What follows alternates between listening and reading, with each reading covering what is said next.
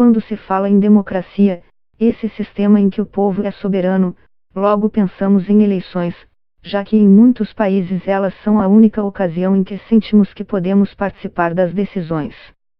Curiosamente, no berço da democracia, a Atenas antiga, onde o sistema nasceu e se desenvolveu por quase 200 anos, as eleições eram consideradas democráticas. Isso não significa que eles nunca usaram o voto, foi por meio dele que escolheram aqueles que assumiram postos para os quais eram necessários especialistas, como generais do exército, e que tomaram outras decisões importantes, como condenar Sócrates à morte, um dos grandes opositores da democracia. A ideia era que a de Atenas fosse a administração de muitos e não de poucos, é por isso que se chama democracia, como Péricles disse em sua oração fúnebre, segundo o historiador do século V a.C. Tucídides.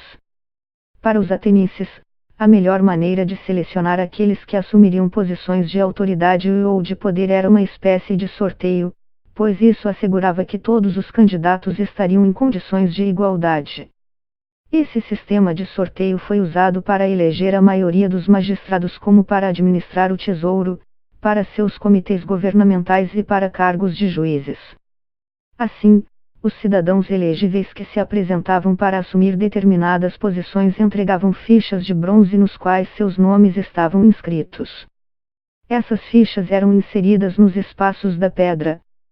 E, quando estavam todos preenchidos, as bolas pretas e brancas eram introduzidas no tubo, que terminava com um dispositivo acionado por uma manivela.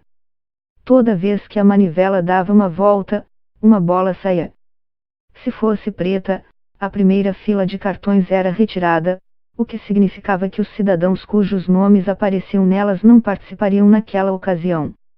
Os cargos estatais representavam um alto grau de responsabilidade e eram designados apenas por um período limitado, para minimizar abusos e corrupção.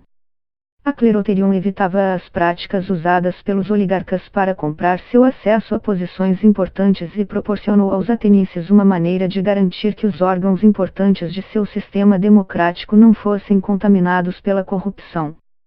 A máquina, combinada ao fato de a maioria dos conselhos de juízes ser composta por 500 pessoas, tornou o suborno uma impossibilidade de antemão, ajudando a tranquilizar os cidadãos de Atenas. Assim, eles sabiam que, quando uma decisão era tomada, ela era tomada exclusivamente com a força dos argumentos. Entretanto, por mais democrática que a prática de sorteio pudesse ser, é importante lembrar que o conceito de cidadania em Atenas era bastante restritivo.